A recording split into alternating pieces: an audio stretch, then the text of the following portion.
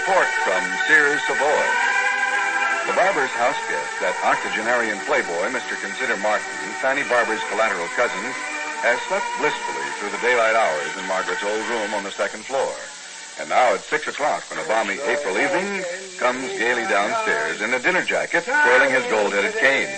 He finds his host and hostess in the library. Henry and Fanny, my lovely. Good evening, good evening. Well, hello there. What time did you get in last night, Consider? We didn't hear a sound. Came home at 3 a.m., my favorite hour of the 24. All the people who create the turmoil are having their nightmares, and a lovely world belongs to policemen, plumbers working overtime, charwomen, newspapermen, and me. Excuse me. I'm going upstairs to put on my slippers. Hard day at the office, Henry? I did not go to the office, Mr. Martin. Not in tip-top form at the moment, eh? Oh, forgive him, CZ. He's terribly depressed. Well, mark it down a few points. Drop in the sale of skis and snowshoes. No, it's Pinky. Pinky? His marriage.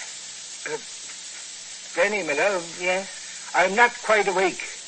You didn't say Pinky's marriage. Oh, well, I thought you knew. Married Sandra Sears, did he? Where? When? No.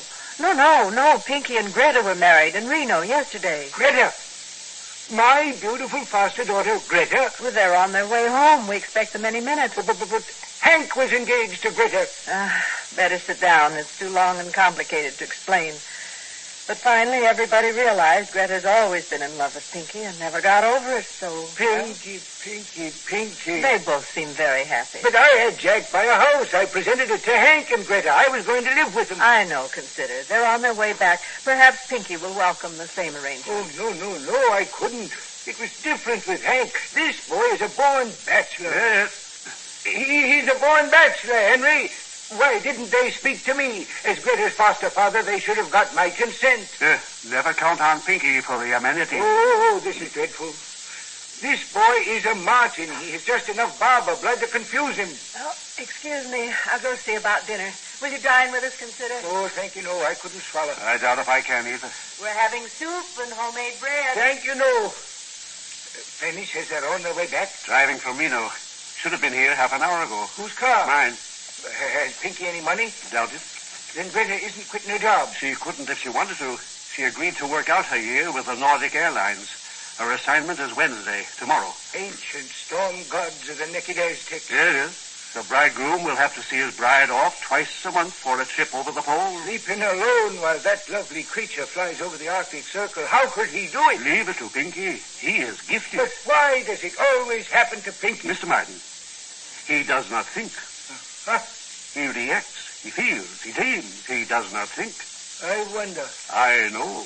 The one organ which truly separates man from the great ape is the brain. Pinky's is virgin territory. I have lost the finest travel companion I'll ever know. Henry, Pinky was able to live now. Perhaps you don't realize this. This is rare. Most people, like you, Henry, for instance, are waiting to live later, tomorrow, next week, next month, during the holidays, when they retire, or in heaven. This laddie-buck can live now. Or he could. We'll gain nothing by this post-mortem. I will, Mom. I'll see about it. If you wish to... Who is that? Pinky? Not here yet, Dad. How are you tonight? Oh, yeah. Jack, come in. Mom says she's getting a table for both of you. Consider. Hello. Aren't you up a little early? There are times when it would be wiser to stay in bed. Oh, I know the feeling. Mom says you talked to Pinky and Greta, Dad. Yeah, telephoned us as they left Reno. They should have been here around 5 o'clock. Where's Hank tonight? They're staying at the hospital. He won't be home. I see. Where are they going to live when Greta's in town? That's it. What? I've been trying to remember what I wanted to ask you. What did we finally decide? In whose name did the little White House go through escrow? Lieutenant and Mrs. Hank Murray? Captain. Yes, Captain and Mrs. Murray. Well, don't you remember?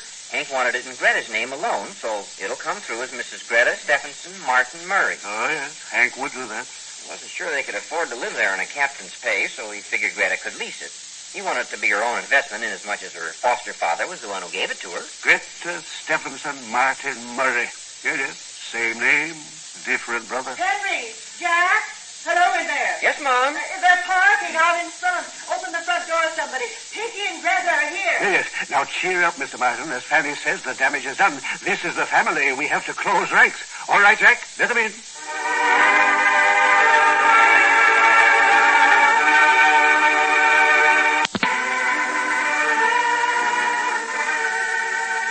throws open the front door and sees a lone figure standing there. Heidi ho ho. Hi, Uncle Jack. Well, where's Greta? CZ. Hi, Grandfather. And Grandmother. Well, hello. Oh, yes. Pinky, hello, dear. Is Greta in the car? Shut the door, Uncle Jack. She sent her love to everybody, but she stayed downtown. She has a flight tomorrow, so we got a room at the Trajada. I'm going back when I get my bag. In all that confusion the other day, I went off without my luggage. Had to buy a toothbrush in Reno. Well, CZ, shake hands with the happiest man in the world. Oh, Pinky, Pinky, Pinky. Did you go and see your employer? Golly, what a woman, Grandfather. The same old little starchy apron Marilyn Monroe. Only now she's Mrs. Murray. What time does she take off tomorrow? 9 a.m. Ain't that tough? But that's the countdown, and away goes the rocket. Oh. Where are you going to stay while she's on her trip, Pinky? Well, that's one thing I wanted to ask about. Is it okay if I stay upstairs in my room? You know, until we decide on what we're going to do about a house. Oh, CZ, by the way, what did you ever do about that house? Tell him, Jack. We were just talking about that, Pink. We finally put it in Greta's name. Which name? This is Greta Stephenson Martin Murray. Hey, how about that? Hey, that solves it. Oh, yeah. How'd you happen to do that, Uncle Jack? He was inspired. Well, if you'll excuse me, Well, where are you going, CZ? I'll walk in the open air. Goodbye, Fanny, Henry, Jack, Pinky. Goodbye. Well, when may we expect you home? Don't. Then you won't worry. Good night. There it is. Good night, CZ. So long. Gosh, he's feeling okay? He is somewhat depressed, Pinky. You'll excuse me, too. I think I'll lie down before dinner. Fanny, I doubt if I'll even want soup. I'll call you.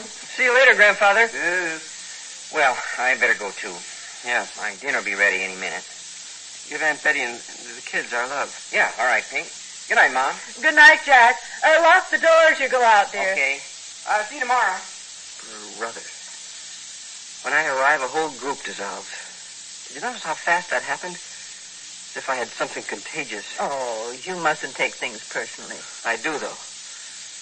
Man, I'm glad Greta wasn't here to see it. Oh, Pinky, now. Look, what did I do wrong? I loved Greta from the first day I saw her. What's wrong with that? We had a little misunderstanding, so she tried to fall in love with Hank. But she couldn't because she's loyal. Is there anything wrong with being loyal? She's always loved me. And we're happy. We're deliriously happy, both of us. Yes, sir, I'm going to buckle down and get to be manager of the Sears Savoy. You watch. I'm going to be a big success. Married to Greta, nothing can stop me. Fanny, Yes, Henry? tell Pinky Mr. Sears called him twice trying to reach him. He'd better get the man on the telephone right away. I'll tell him, Henry. Pinky. I heard him. I'll call him right now. What did he want? Did he say? No, he didn't. But he sounded quite upset, Pinky. That's just his executive manner. Bark is worse than his bite. He's a great old guy, and he likes me. He's one of the few people who do. Please hand me the phone.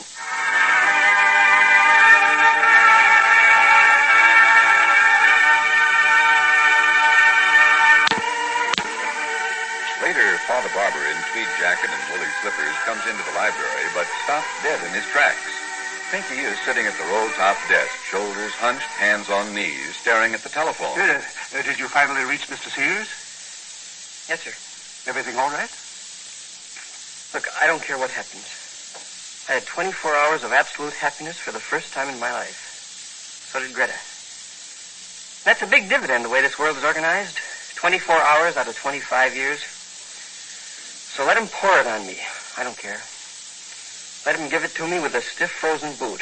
I'll make it in spite of him. One Man's Family, which comes to you Monday through Friday, is written by Harlan Ware and directed by Carlton E. Morse. This program has been selected to be heard by our armed forces overseas through the worldwide facilities of the Armed Forces Radio Service. In Chapter 8, Book 134, Betty salvages a lesson from disaster. Frank Barton speaking.